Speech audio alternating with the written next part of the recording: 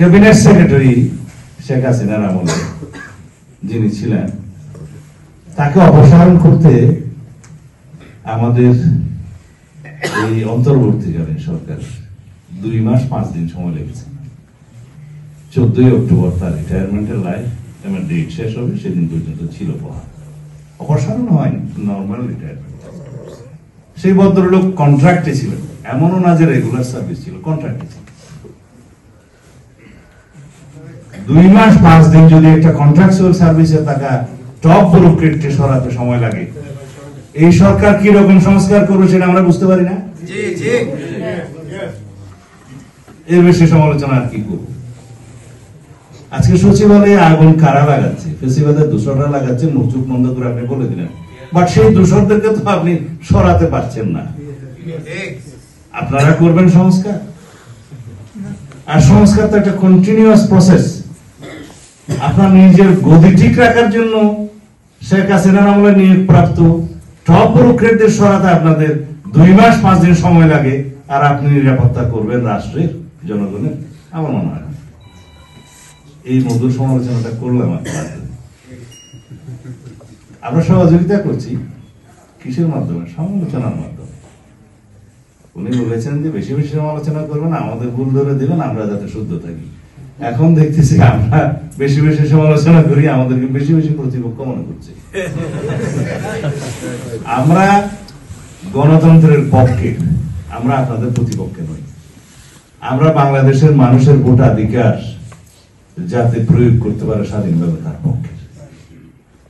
কিন্তু আপনারা ভোটের অধিকার প্রয়োগ করার জন্য কৌশল প্রণয়ন করবেন, কত দেরিতে ইলেকশন দেওয়া যায়, তা আমরা তো প্রতিবাদ করবই। এখন বিভিন্ন কৌশলের মাধ্যমে আমাদের অন্তর্বর্তীকালীন সরকারের প্রধান এবং উপদেষ্টারা সময় ক্ষেপণ করছেন, টাইম বাই করছেন, সময় ক্ষেপণ করছেন যাতে নির্বাচন দেরিতে হয়। কেন নির্বাচন দেরিতে হলে আপনাদের উদ্দেশ্য কি? জনগণের লাভ কি? আজকে যে দ্রব্যমূল্যের ঊর্ধ্বগতি হচ্ছে, সেটা তো অনির্বাচিত সরকার থাকার কারণেই হচ্ছে। বাজারে সাপ্লাই নাই এবং বিনিয়োগে অনিশ্চয়তা, অনিশ্চিত পরিবেশে কোনো দেশি এবং বিদেশি বিনিয়োগ আসে না।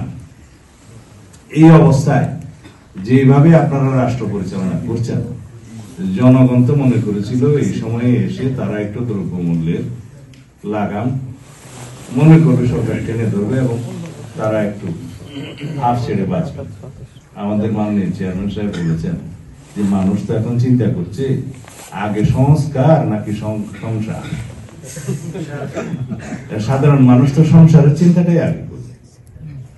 আপনারা যদি রাষ্ট্রের নিরাপত্তাও সঠিকভাবে না দিতে পারেন, যদি সচিবালয়ে আগুন লাগাটাও বন্ধ করতে না পারেন, যদি দ্রব্যমূল্যের নিম্নগতি না করাতে পারেন, তাহলে জনগণ কি আপনাদেরকে নির্বাচন দেরি করার জন্য সময় দিবে? অবশ্যই দিবে। সুতরাং যদি সরিষার মধ্যে ভূত থাকে, আমরা এখনো মনে করি যে ভূত তাড়া। আপনারা গণতন্ত্রের প্রক্রিয়ায় আসেন এবং রাজনৈতিক সরকার প্রতিষ্ঠার জন্য যে গণতান্ত্রিক প্রক্রিয়া, সেই প্রক্রিয়াটা ত্বরান্বিত করুন। নির্বাচনমুখী সমস্ত সংস্কারগুলো এবং নির্বাচনের প্রস্তুতি একই সাথে করুন এবং আগামী জুন মাসের ভিতরে আপনাদেরকে নির্বাচিত সরকার দেওয়ার জন্য আমরা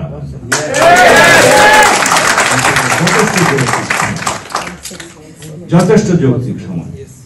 আমরা বিভিন্ন রকমের কলা কৌশল দেখতে পাচ্ছি যে সরকারের অভ্যন্তরে থেকে এখন এই সরকারকে প্রলম্বিত করে একটি রাজনৈতিক দল সংগঠিত হয়ে পরে নতুন করে ক্ষমতা গ্রহণের পায় তারা যে কৌশল দেখতে পাচ্ছি, এটা জনগণ ভালোই বুঝে।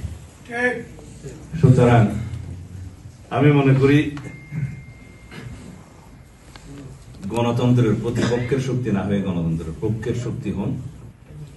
গণতান্ত্রিক প্রক্রিয়াকে ত্বরান্বিত করুন। দ্রুত রাজনৈতিক সরকার প্রতিষ্ঠার জন্য নির্বাচনের রোডম্যাপ প্রদান করুন এবং অতি সত্বর জনগণের সামনে সেটা প্রকাশ করুন। তাহলে বাংলাদেশের অনেক অস্থিরতা কমে যাবে এবং আমরা মনে করি এই অনিশ্চিত পরিবেশের জন্য এই সরকারের কালক্ষেপণই দায়ী। যাই হোক,